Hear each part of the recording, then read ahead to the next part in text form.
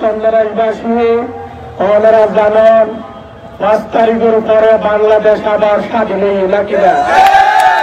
ওনারা জানান মাটি ও মানুষের নেতা আর চন্দনাইশের মানুষের অত্যন্ত আস্থাভাজন এবং ইংরেজের নেতা ডক্টর কর্নেল আহমদ বীর বিক্রমের চন্দনাইশ। এই চন্দনাইশে আপনারা সবাই ঐক্যবদ্ধ থাকবেন, কারণ আমরা অনেক নসিববান, আমরা অনেক ভাগ্যবান।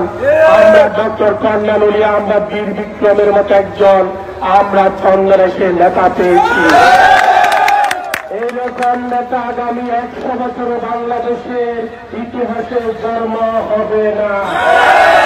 ইংরেজের নেতা কোনদিন কোন লোভ লালসা করে নাই।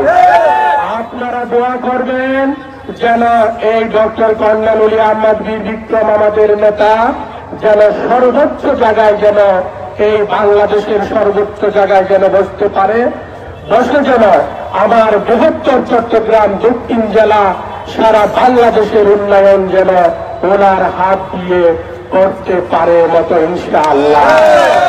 ওনার সুযোগ্য সন্তান ওমর ফারুক ভাই আপনাদের কাছে দোয়ার জন্য এসেছে, আপনাদের সাথে দেখা করার জন্য এসেছে।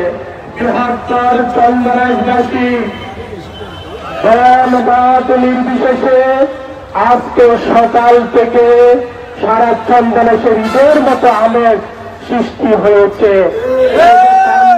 বড় সন্তানকে রিসিভ করার জন্য এই চন্দনাইশের আগামী আমাদের ভবিষ্যৎ, কারণ এই দেশকে যদি উন্নত করতে হয় আমাদের এই কর্নেল সাহেবের এই বড় সন্তানদের মতো সুশিক্ষিত এবং মেধাবী এরকম সন্তানদের আমাদের চন্দনাইশের জন্য অত্যন্ত প্রয়োজন।